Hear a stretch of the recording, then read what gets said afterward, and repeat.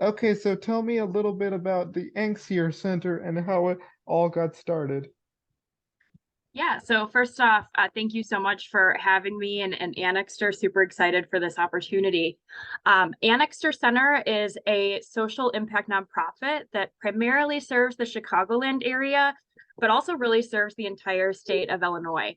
We were founded over 100 years ago in 1918, coincidentally during the last global pandemic. And we were originally founded as an orphanage for children who lost their parents to the influenza pandemic. Fast forward 100 years later, we're coming out on the other side of yet another global pandemic, but our focus has shifted. So over the years, we've really always leaned in where Chicago needs us most. So around the 50s or 60s, we pivoted and really started focusing on developmental and intellectual disability services. And we've also expanded to include mental health services, as well as deaf, blind, and hard of hearing services, which is primarily through the Chicago Hearing Society, or better known as CHS, which is a division of Anixter. But really, the core of what we do is we work to make Chicago and the world a more accessible and a more inclusive place. We envision a world where everyone belongs and has access to everything that they need to be able to thrive. So whether that's a safe place to live, or counseling, or ASL classes, or domestic violence assistance, that's really what our focus is making the world a more accessible place. Mm-hmm. So, because I was gonna ask, like, what kinds of services do you provide at the Anixter Center? Yeah, I kind of touched on it, but we offer a really wide variety of services. So we have more than 30 programs across several locations. About 90% of our programs and services are delivered directly in the community, which is something that sets us apart. So we have community-based services like employment coaching. So if someone with a disability needs support getting a job, whether that's a resume critique or even just navigating the accommodations process in the workplace. We also offer, as I said, residential living, therapy services, and lifelong learning opportunities for people with developmental disabilities. And then again, through CHS, the Chicago Hearing Society, we provide advocacy and outreach services for individuals who are deaf, blind, and hard of hearing. So for example, youth mentoring for children who are deaf. And we also have a full service audiology clinic at CHS as well. So very diverse amount of services that we provide. But one service that's been really exciting, it's one of our newer services, is what we call the After 22 project. And that is in partnership with Special Olympics Chicago, Special Children's Charities, and also City Colleges of Chicago. The After 22 program creates a pathway for students who are aging out of the public school system and who have a disability. It creates a pathway to college for them. So if they might otherwise not have been able to attend college, After 22 provides the supports and services for those individuals to attend college. That's been a really exciting program to launch. Quite a few of our students in our pilot program are the first in their generation, first ever in their family to go to college. So it's a really exciting project. Mm-hmm. That's really cool. So if I could just like ask, what are some of the stakeholders that you partner with in your efforts? Who are like the key players, so to speak? That's a great question. So as I've mentioned, we focus a lot on community at Anixter. So we partner with a lot of different stakeholders in the community. So I mentioned specifically for After 22, we've got Special Olympics Chicago, Special Children's Charities, as well as City Colleges of Chicago. Special Olympics of Illinois is another key partner.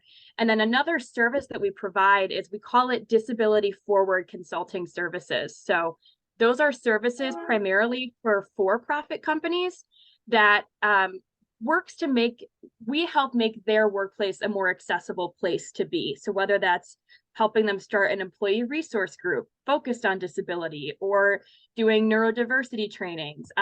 And so we have a lot of really great corporate partners through our Disability Forward Consulting. So a couple of those would include the University of Chicago Medicine, so that hospital system, as well as Mesro Financial and countless others that I won't take the time to mention every single one, but those are quite a few of our stakeholders. Mm-hmm. If you could like speak on the impact that your organization has as the impact that your organization has on the disability community as a whole, that would be great. Yeah, another really good question. So Anixter serves over 5,500 people annually, and a lot of our services, as I said, are direct service. So we really are here for our neighbors when they don't have anywhere else to turn. So for example, we provide housing services to over 50 people each year, thousands of hours of counseling services. We have a community space that we call the Recovery Hub. It's on the north side of Chicago.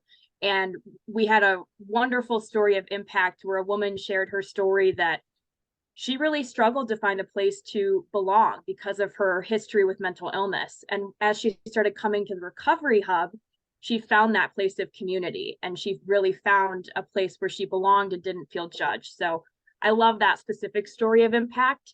And then, as I said, beyond the direct service that we do, which is incredibly important work, we also provide those education and consulting services to organizations to become disability forward. So as a result of all of this, over 75,000 people see Anixter's mission in action in some way or another. So really, even if we're not doing that direct service work, we're out in the community talking about why it's so important to embrace accessible practices and why it's important that everybody is included at the table, so to speak.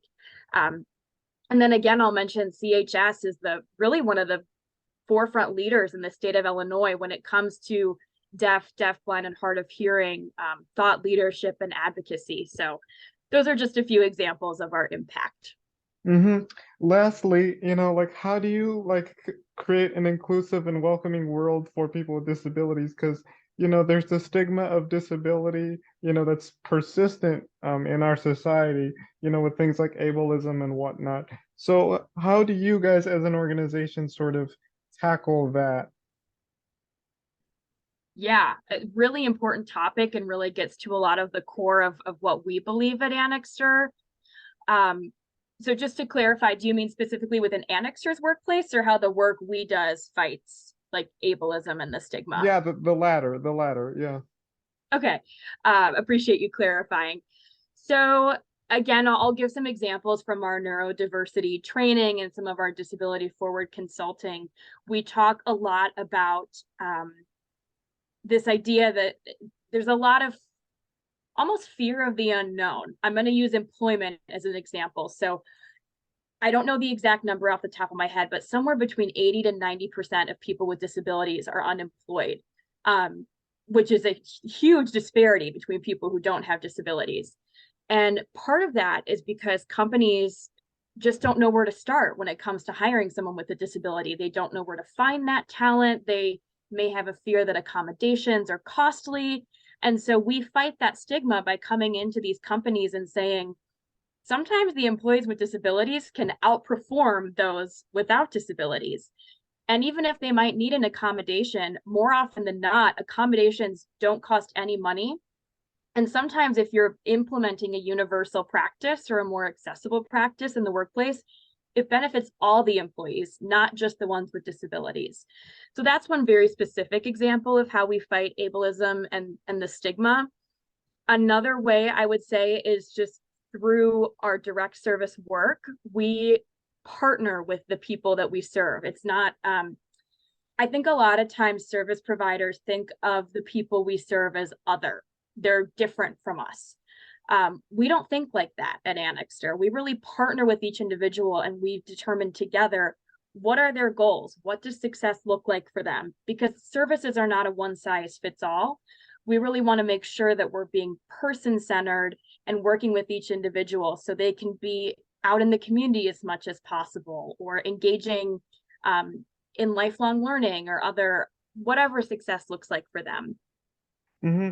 It's that nothing about us without us mantra that I've heard so many times.